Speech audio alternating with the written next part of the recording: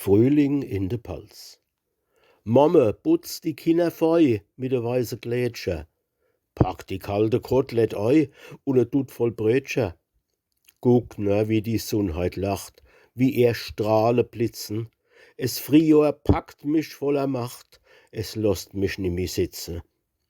Och, was wird mir's Herz so weit, s robbt und zoppt und zieht mich heut lustig mit de andere, mit me Frohlied am Hals, in de Frühling in die Palz, kreuzfidel zu wandere. Hei, des gibt de frohi Fahrt, niwer an die Pelze hart. Heiner macht mir ke so Geschrei, tobt mir nit wie bsesse. Kalsche schläft ein Rucksack bei und verstaut drin's Esse. Dabei Franzl sucht ei Kapp, Peter nimmt ei Steckel.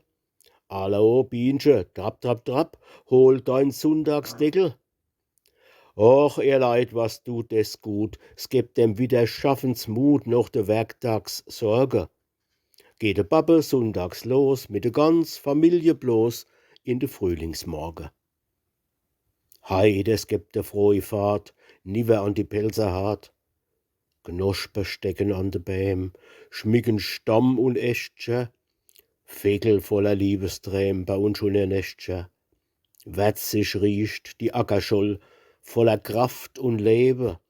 Kinderne, ich bin ganz toll, s kann mich keins mehr heben. Ach, wie lacht heut draus die Welt, und im Beutel glimpert's Geld, schon ein loses Liedl. Irgendwo im Frühlingsscheu winkt e Schenk mit kühlem Wei, klingt e brauni Fiedel. Hei, des gibt e frohi Fahrt, niwer an die Pelze hart.